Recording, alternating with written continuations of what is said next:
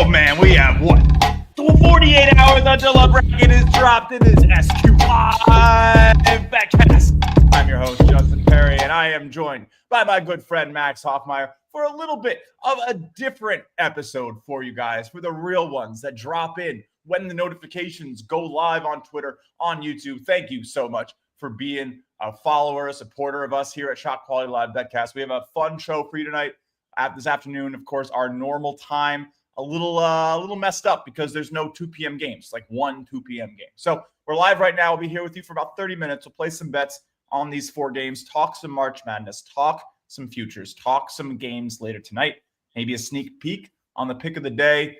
Just hang out, chat, have a good time, play some live bets if we can find any. But Max, man, tomorrow, 8 p.m., we're going to have that piece of paper printed in our hands. How long do you take until you finish your first bracket or your only bracket, hopefully? Well, so I am a big proponent of the bracket of integrity. I fill out one bracket, and even if I'm in multiple spread pools, I could be in 10 spread pools, and EV decision would be make changes, if you want to win. I don't, because I have integrity. I fill out one bracket, and if I'm going to brag, it's going to be about that one bracket. I'm not going to fill out 10 and be like, oh, I had this upset. Bracket C, my bracket C won this pool. No, okay, cool. Yeah. No, I mean, we're both You can do curious. more. You can do more brackets, but you get one to brag about. You get Correct. one. I agree. Your bracket You want to diversify your strategy. You want to play smart. I get it. You can brag about how smart you played, but in terms of the classic approach to being a college basketball savant, a ball knower, I think, that's like if I took 10 money lines today, 1-1, and posted it on Twitter and be like, look at me. I called it. Come on. Thank you, Cole. Cole says he absolutely loves this take. People do that, by the way. Yeah, but, people do that. I'd rather lose than do that, personally. But anyways, I don't even know how I'm going to sleep tonight. I mean, literally, as a Xavier fan and just a fan of this freaking sport, I'm so sorry. I have no idea how I'm supposed to get a good night's sleep. I'm so fired up. I'm so wired. I'm ready for this bracket. Give me the bracket. I'm hyped. I mean, if you don't know about Bracket Matrix and some of the great bracketologists that do a lot of work and you want to start, getting ahead of the curve, you definitely should check that out because they're pretty good. But again, the biggest thing here for me as someone who has a lot of futures down, who's just excited to see the way the pathways are going to evolve, the way the regions are set and who gets which seed in what side of the bracket is maybe the biggest thing. So anyway, we'll have some fun. We got a good show for you tonight. Make sure you sound off in the comments. Say what's up. Max is on comment duty tonight. Musa, I think one of his friends is getting married, so we gave him a pass today. He'll be with us tomorrow night. We're going to go live right after Selection Sunday ends. I know everyone and their mother is going to go live, but we're going to do it too. So come hang out with us. We're going to go over the primer, probably show off all 4 of the number 1 seeds on the primer for free. So if you want to check that out, see all of the biggest teams and what Shot Quality thinks of them so that you can get an edge on who's going to win because everyone's going to pick Duke, Auburn, Houston, Florida, or Alabama. I mean, how many people are going outside that 5, Max? Yeah, and I'm sure on that live show, I mean, I took bets last year during the selection show. So I'm sure I'll have something in pocket we can talk about we'll have some or fun. Whatever. But yeah, I mean, again, bets, I think it's time we lock a bet in. I think it's time we lock one in. I think it's overdue. I don't even need to hear you. I don't even need to hear you, Max, because la la la, what you like? Get my money right. I had a dream I could buy my way to heaven. When I awoke, I spent that on a necklace. Spend it on a necklace. Come on, I know what that is. That is Loyola Chicago. What line you getting? Plus 11.5 is what I played at minus 106 or whatever. Yeah, I mean, they're getting great shots here. 3-point rim, 61%. I took 9, and I'm having a tough start here. I lost Yale today. I got Loyola plus 9.5 today. Rode up Auburn minus 4.5. So that's going to be a big one for me to watch. Valentine needs to get on the horn, find Sister Jean, wheel her ass into the game. We need some magic here. Let's get a little bit of comeback. The question is, are you sprinkling the money line? Projected to be up 5 on the SP Sport. Nah, me neither. Because you know what happened, right? Like I didn't sprinkle any of those money lines on the last show when we were here on Thursday, and it was great. I went 5-2, and a couple of those money lines hit, and there were some crazy comebacks. And we all know about the curse. If you haven't If you don't know about the curse yet, this is your education to the curse. I have been sprinkling money lines all season long, and every time I don't sprinkle the money line, they win. And when I sprinkle the money line, they don't come close. So plenty of people in the comments watching the show have sprinkled money lines where I forget to and done great. But when I remember to, it goes terribly. It's just Justin, I need a favor, though. Of a fan of a bubble team, I can't have this be a bid stealer. Will you please bet Loyola money line so VCU does at least finish the job and win the game? Please. Only because it is March will I allow this type of tomfoolery. An 8-1 sprinkle on Loyola Chicago. Yeah, fine. We've hit a 30-1 on the show. We have someone this season that has watched the show and showed me a 30-1 money line. Do you know how ridiculous this score has to be to get offered a 30-1 money line in college basketball? And then do you know how ridiculous the comeback has to be to hit it? Come on. That it is such a high hold market. Like, just it's disgusting. Incredible. What just happened right there is that's Justin being a super happy, locked in St. John's fan, tossing his buddy Max a bone there. You know what? Here you go, buddy. Thanks. I mean, I'm ready to go. That jacket is sick. I'm ready to go. You better wear it in Vegas. I don't care how nice it is. I'm wearing it on the plane. I'm not taking it off. Like, it's I barely take it off at home. Like, no one's here with me. I just hang out in the thing. You know, wouldn't you? St. John's playing for a championship tonight. I just got tickets. I mean, I can't miss it. I feel like I would hate myself forever. You know, they haven't lost at Madison Square Garden all season long. This has been so much fun. I've spent thousands of dollars going to the Bahamas, watching this team. I think over 10 home games now. Come on. If I missed today, I think I would be a bad fan. And you got that big future so they could pay for all of it and then some. So that would be just a dream come true. I mean, I win, I think it's 73 units if they take down the Nets in March. And again, that's probably not happening. Let's go ahead and talk about the next game. If you want to scroll down a little, let's go to Norfolk State. Wow. I'm going to go ahead and take them plus 6.5. Okay.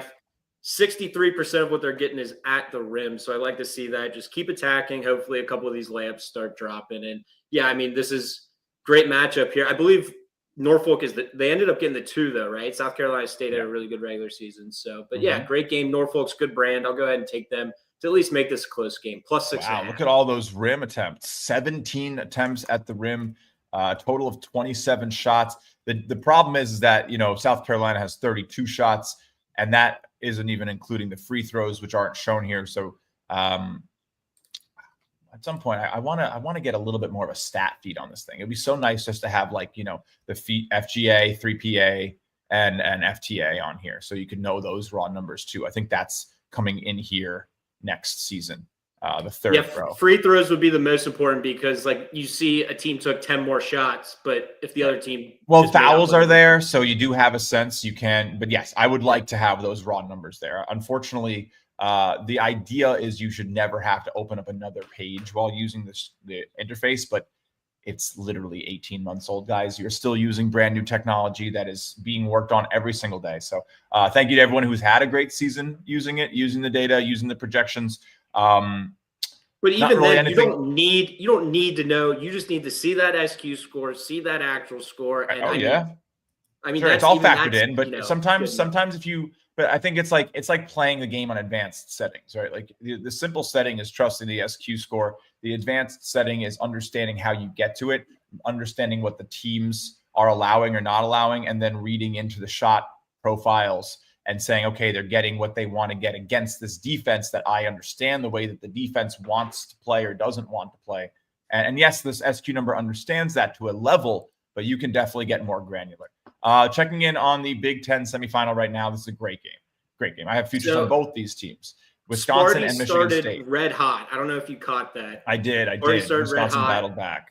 Yeah, I grabbed Wisconsin plus 5.5. I was hoping this was still a value play by the time we went live, but yeah, unfortunately, they saw that regression early.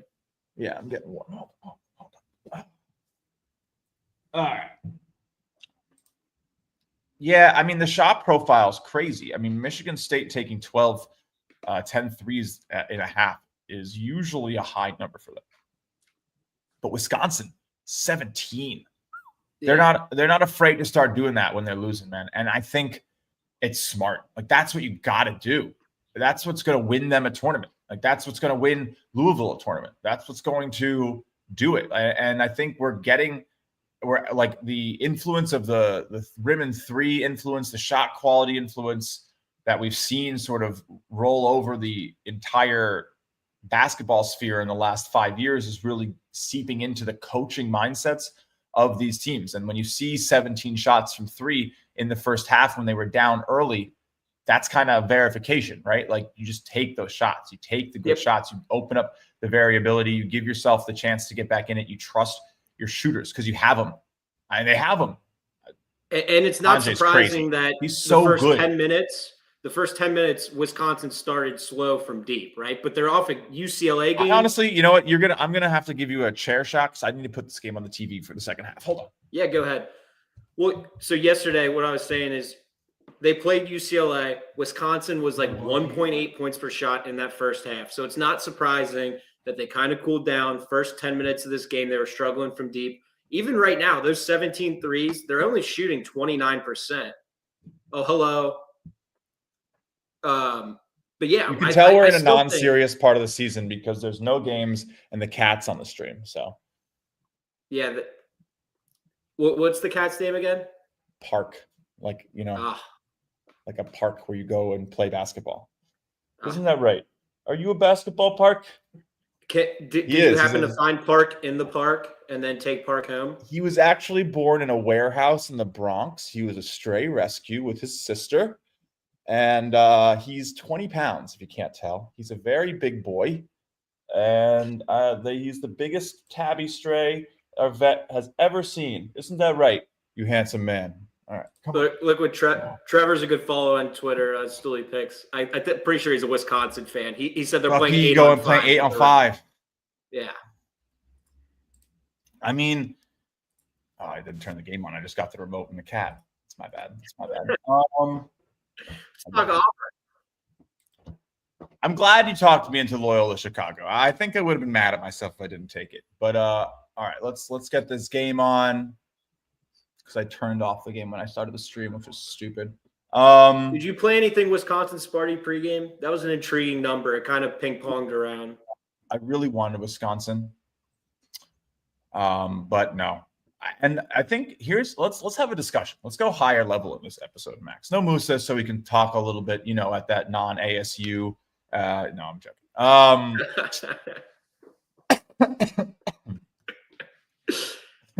Damn. Musa taking a stray. No. Come on. Musa's the hottest gambler on this show in the last month and a half, dude. He can handle it.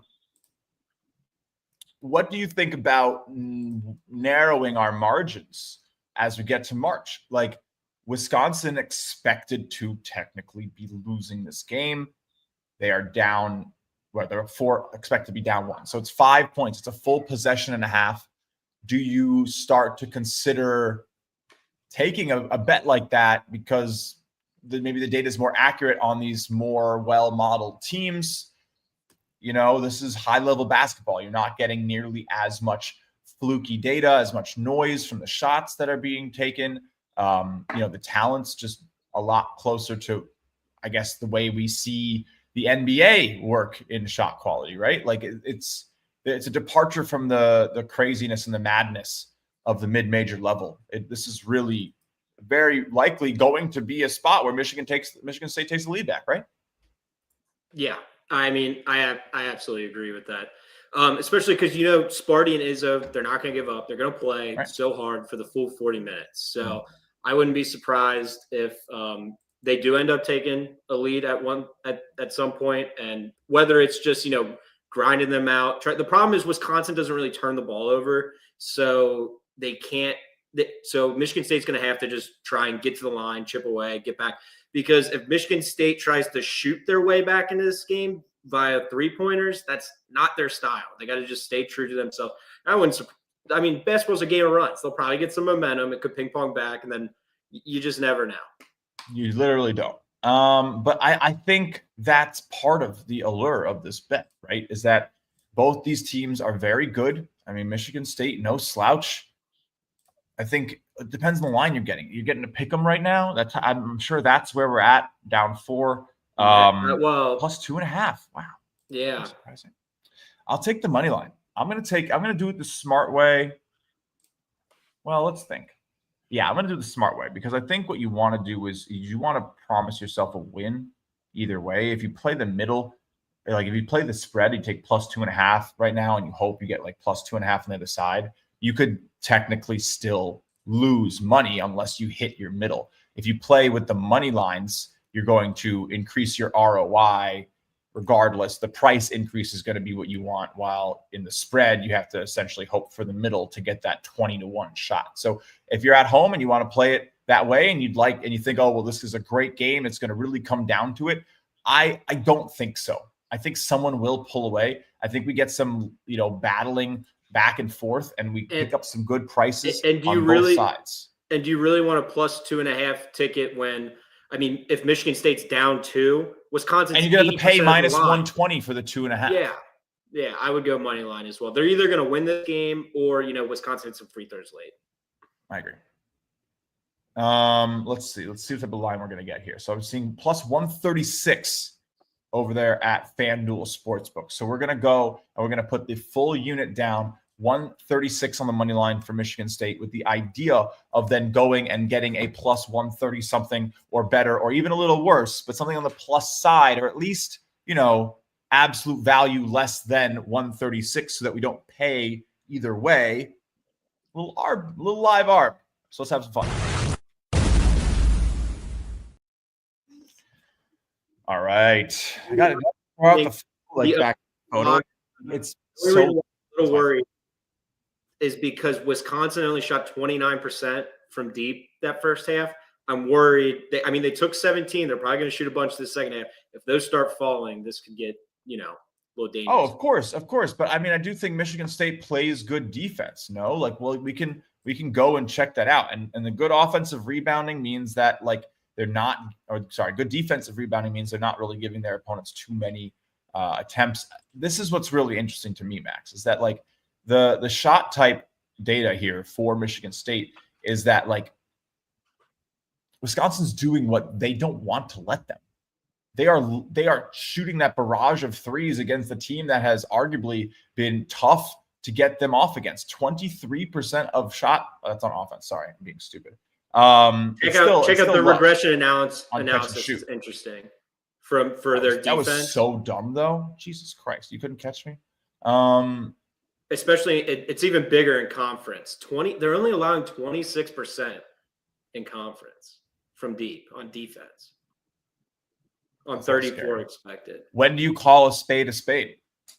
Oh, right here. With some teams like Houston. Shot quality could be off by a bit for sure. Yeah, shot quality it's probably a hybrid of both, right? It's probably good luck and it's probably good talent.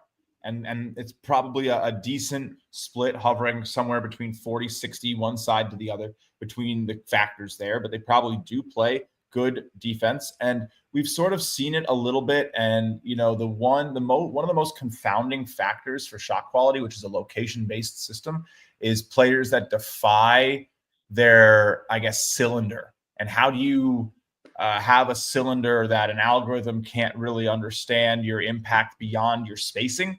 Really long arms. Really top talent have really long arms. So we can factor height, but arm length is definitely something that I think, interestingly, is a weird hole in the armor. And I don't think, as data-wise, evaluating that is a bad thing. So, but when I look at a differential like this, I think you're absolutely right. I think it's somewhere in the middle. Should they be allowing 26% in the Big Ten to opponent three-pointer? No. Should it be 34? Probably closer to 31, 32%.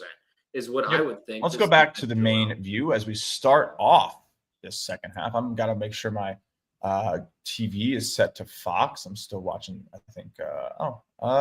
Yeah, no, I got the right channel on. It's on CBS. Nice. Auburn, small lead here. We're not really taking anything there. 4-point expected game. We're going to play the ARB. Now, that one started hot. I don't know if you caught that one, but I think they were both like north of 1.8 points per shot over the first like 6 minutes. I grabbed under 150 and a half. I was hoping that was another one that stayed true, and maybe we live bet it on the show. But yeah, that live's 137 and a half now. So hopefully I don't have to sweat that one. What'd you get? 150 and a half. They started red hot. I mean, the first 4 threes went in, and then both teams missed like one shot at the under 5 or something crazy. That's pretty wild. I'm opening up. ESPN, I don't think I should try to load their site right now, actually. We've had a few episodes without any technical difficulties, Max, which is nice. So I do. Are you referring to the stream where you were at the Garden and you rug pulled us and ended the show live? Not even referring to that one, actually. No. I was referring to when I had to leave the stream 3 episodes in a row, and I had to drive the wheel. I had to share screen a couple times. That's what because your ancient computer. I'm checking out the comments now. Yes, my ancient computer is a little bit of a problem. I'll get a new one eventually. I think this summer I'm gonna reload. So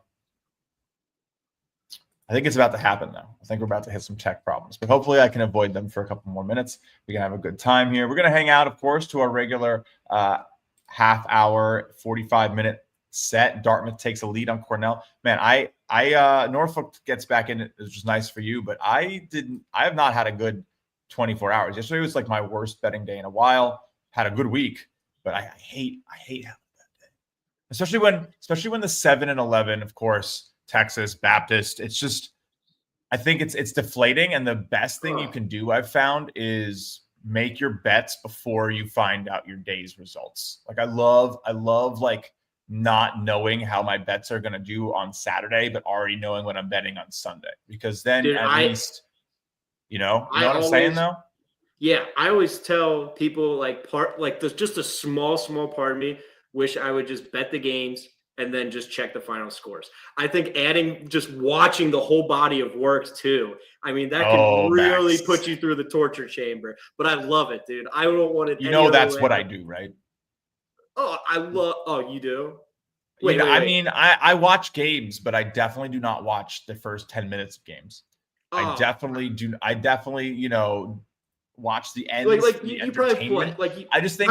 I think the problem is that often when you watch a game, the things you witness are the very things that you see on the box score that lead to problems. You see shots going in and shots missing, and you base your perception on that. As a foul instantly gets called to start the half, almost said quarter, to start the half here on a shot attempt from Wisconsin. But all right. Also, I want to say it again. I think I forget where I mentioned it yesterday. Was it on? I don't know. But everyone's given the Big Ten the flack for getting rid of the pinwheel. I haven't heard this take yet, so let me hear it. It's not a take. It's not a take. It's more of a fact. They changed it from a 14-pin pinwheel to these 2 flags, right? So Big Ten. Let's see if I can Big Ten tournament.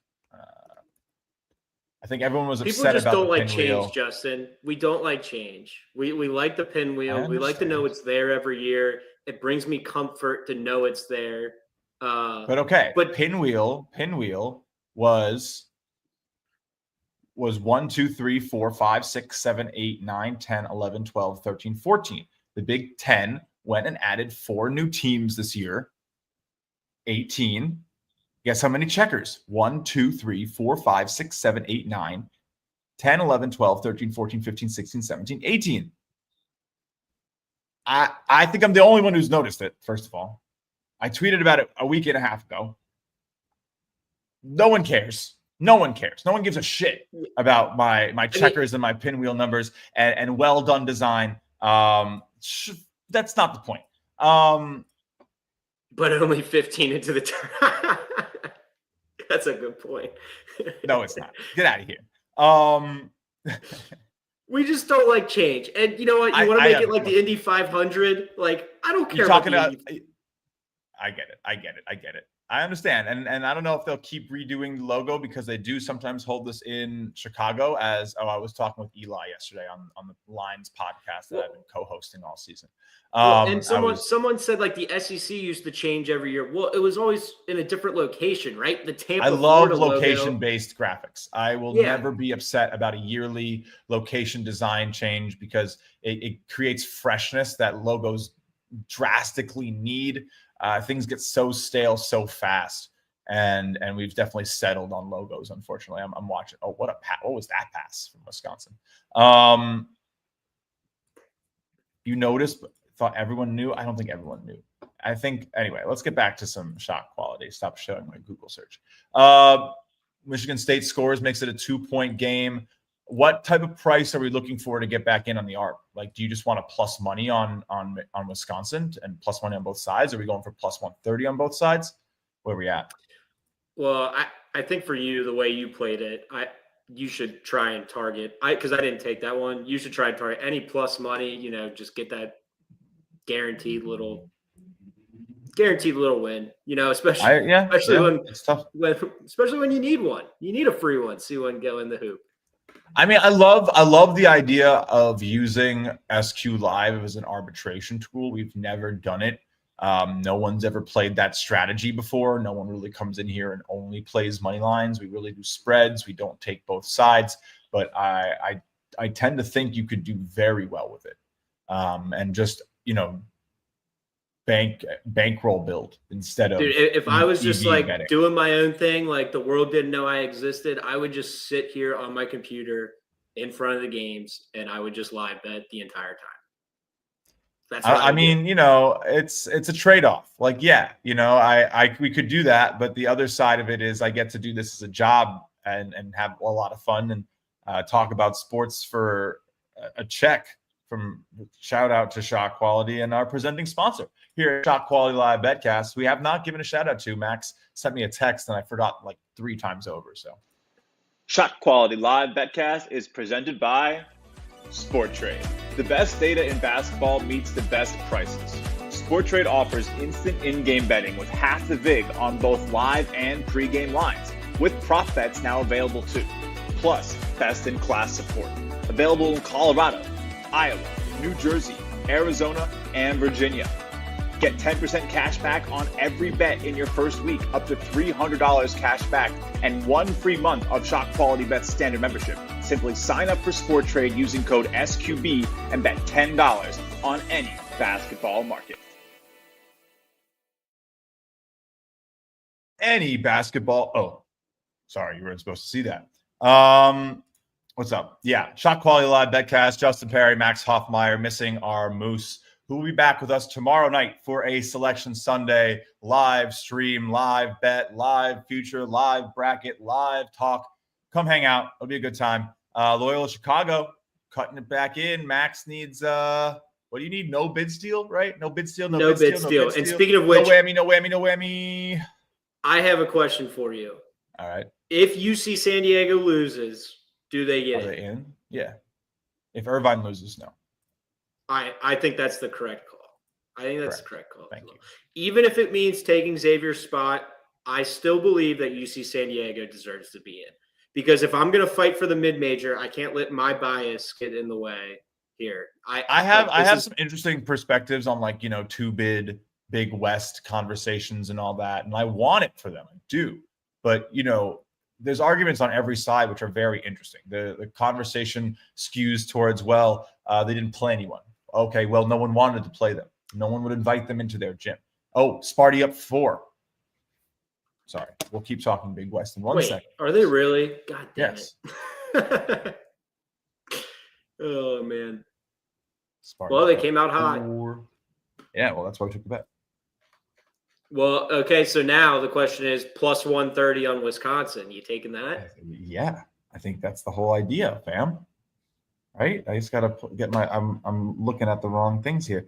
Yeah, plus 154 over on DraftKings right now. I think we're just going to take it and we're going to shut up and we're going to have a good time. So let's go. All right, it fell to 130. I got 154. I got it in. It let me play it, but then it moved to 130. But again, just wait a second. If you don't like it, just wait a second. And we can keep going back and forth. Okay. Right? Now, I mean, that's like a perfect example. Now, imagine you grind out that 0.3 to 5 units. You do it for an entire day. When there's a bunch of games, you do it for an entire season. Well, the idea is that hopefully, and the problem with this betting strategy, of course, is that it's very sharp. It's very easy to track. Ideally, you'd want to put it on multiple books so they can't see you doing it on the same account. And if you aren't doing that, then yeah, they're probably not going to let you do it for a large limit. Because the biggest problem with the strategy is like you want as much money down as possible. With the idea, you want longevity. You can't lose, right? I just made $100 bets on either side. I'm either going to win 54, or I'm going to win 30. Like I cannot lose. There's no loss. And the problem is, there's always the chance that Wisconsin just keeps it on him, never gives back the lead. But that's not how college basketball works. These close games, they're always back and forth, and you can kind of tell which ones are going to go back and forth. Yep. And again, I'm very happy with how that went. I think even if you're sitting there now and you want the 130 and you missed the 20 cents, it's fine, because there's a very good chance Wisconsin wins anyway, and you get 30 cents anyway. So take 30 cents on either side. That's a win, right? You put down, $2, and I hate using dollars. People don't. You put down $2,000 and you walk away with 300. You're going to do that every single time. A game you can do that on tonight as well is Florida Bama. That is one that could, these teams can hit these 3 games. straight. Well, yeah, I think you could probably even do Tennessee at plus 280 right now. And then, yes, you might not get Auburn at plus 150, but you only need them at minus 110 if Tennessee makes a run. Do it. No, there's no data backing it up yet. But you could. But that's the idea, right? Yeah, absolutely. Yeah. And again, we'll say it many times on the show, and you'll hear it and you'll feel it and you'll learn it if you hang out with us. When things continue to go crazy, when things continue to happen that feel a little wild, like a team stays red hot, or the lid continues to stay in a bucket and the team shoots 3 of 27, Max and I will be on the other side losing money. That's how it works, right? We play with the idea that type of occurrence of a team staying red hot, a team staying ice cold, is going to come in at a percentage less than what we need to go against it to profit. So 40% of the time that happening, please give me that, because I'll take the 60% of things going back to normal and us winning against a 54.5 rake by 5%. And we don't do that. We win at maybe 57 and a half with live long-term, I think is essentially what we're looking at. But again, it's a 54.5%. And even with live lines of minus, 115, minus 112 averages usually, because you'll get like 110s in there too. Yep. I mean, it's still enough to get over that hump as well, even laying a little extra juice. It isn't the largest hump, but you have to know how to approach it. You need to, it's like, anything. You can't go against it without understanding your opponent a little bit. And that's the biggest challenge of betting for a lot of people, is that the opponent, which is the books and the numbers and the lines, they're very well hidden behind mathematical literacy and fast moving data that most people just look at the game at the end of the day. They're like, oh, well, what's happening in the game? But I think you want to make sure you understand, like, math is the reason I'm a half decent bettor. Well, no doubt. Some people definitely can do it by handicapping matchups, and I have some ability in that, but for sure, data, math, recognizing good data are my foremost talents in this field. What about here? I have a question. What about understanding the market? Because sometimes, say I know a game's going to move. Like, I think money's going to come in on this side. It's going to move 2 points, but I don't really like that side. Do you still take it just because it's going to move and you trust the market? Okay. Hell no. Neither do I. But I've had that trust scenario. The market. It's hard. I think there's times where you can trust the market and there's times where you can't. And I mean, you really shouldn't start trusting the market until maybe like now.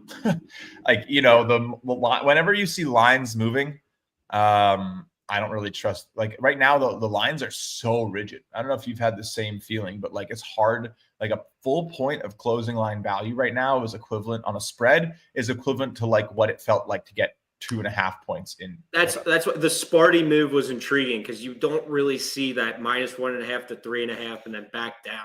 Not this time of year.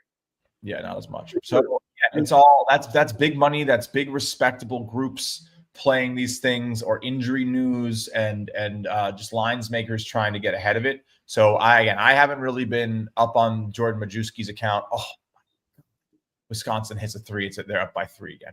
This game's crazy. Okay, say people missed your first Michigan State bet and just got in on Wisconsin. Come back with the Sparty money. No, and I almost feel like I need to apologize. I should have prefaced, if you didn't get that Wisconsin bet, you shouldn't have taken the Michigan State one.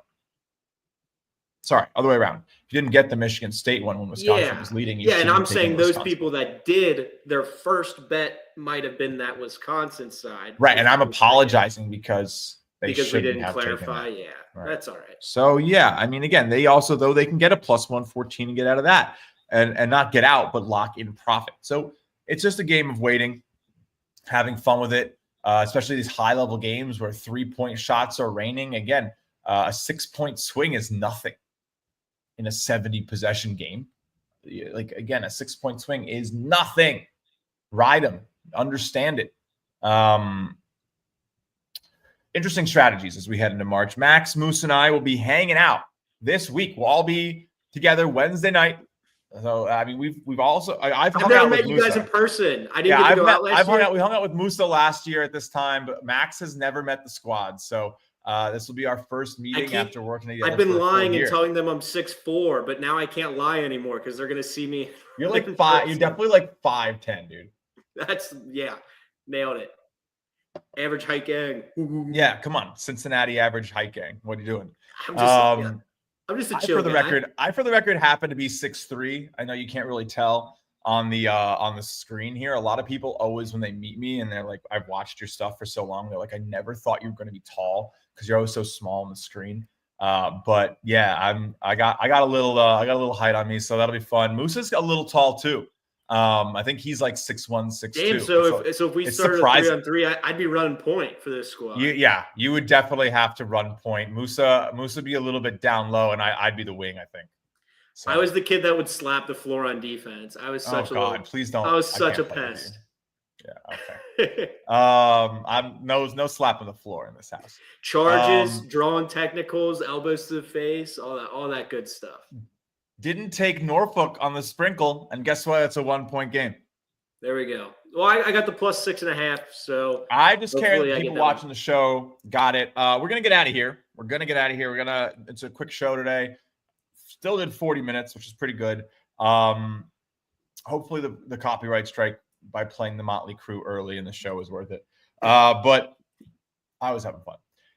Nonetheless, let's talk a little bit about what we have on the site coming up. Again, we will have everything loaded tomorrow night for March Madness tooling.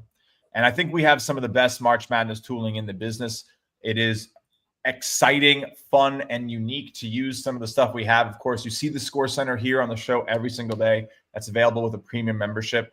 We will have at least one game per day, maybe 2 games in the first 2 rounds per day available for free. And standard members will probably get close to half. So there's definitely a lot of reason to get the standard membership, but the premium is how you get the live data, the SQ score for every single game for the entire season, so you can understand how everything's been going the entire year. You can also check out the primer, which is going to be a fun packet of data. It's going to be $30 pre-order, $40 after Sunday night. 4 pages of each team, visualizations of shot quality, data from around different sites. So KenPom rankings, Torvik rankings, Evan Mia, how futures markets see them, BPI, and if you're KPI. A new premium member, right, and sign up, you get this primer included, correct?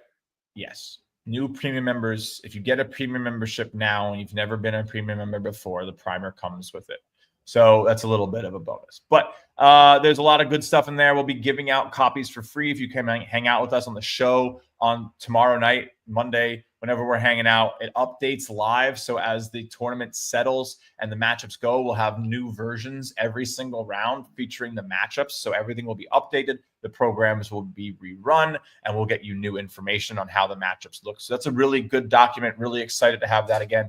It's like a little Bible. But the tools on top of that are really great. Everything comes with the standard membership, which I think is still just $50 for the month. Matchup analysis every single game. I don't think that's how you spell analysis. But Bracket Builder, you absolutely got to try that thing out. That's a cool one. I think that's the March Madness tool we have last year or 2 years still available. You go, it loads up this mock bracket, and you play with the sliders, and it changes the teams in front of your eyes. This is just absolutely so much fun to mess with. You want to say, all right, who's the best shot quality 3-point expected team? In this year, it was South Dakota State. So they just purely run to the championship on their 3-point laurels. Longwood upstates Illinois State on those same ones. This thing's crazy. We're going to have so much fun with this tooling. We're going to play around with it on the stream. We'll post some simulated drafts or simulated brackets on Twitter, have some good times with it. It's March, baby. I'm so hyped. As well. We'll have our own little bracket contest with the rewards. Oh yeah. We'll have a ESPN group go up probably tonight, and the winner will get a full year of shot quality premium data on the house, $1,000 early bird value, $1,500, whatever value you want to call it, for a yearly membership. But that'll be a lot of fun. So make sure you send your bracket into us. Your one bracket. We only allow one submission, Max. We're going to end the show the same way we started it. The bracket of integrity is our standard philosophy here. We understand you got a pool, you want to diversify. I get it. Wisconsin on a 9-0 run since we made that bet. It's kind of funny. But need this shot, Michigan State. But all right, let's get out of here. Play the music. Max, I'll see you tomorrow night. We'll have a good time with it. It'll be fun. Yeah. And here throughout March Madness. That's right. Shows Wednesday, Thursday, Friday, Saturday, Sunday. You're not going to get us to go away. The next time you see us, we'll have a bracket, baby. Woo! Thank you for hanging out. Thank you for rocking with us for the whole season. Shot Quality Live BetCast presented by Sport Trade is not going to be on every Tuesday, Wednesday, whatever. We're just going to wing it. Have a good time with it. Catch us whenever. Make sure those live video notifications are on Twitter. That is the best way to never miss a thing. You can also set notifications easily by subscribing on YouTube at Shot Quality Bets. Thank you so much for the support. Presented by Sport Trade. Use code SQB on getsporttrade.com for a free month of Shot Quality data.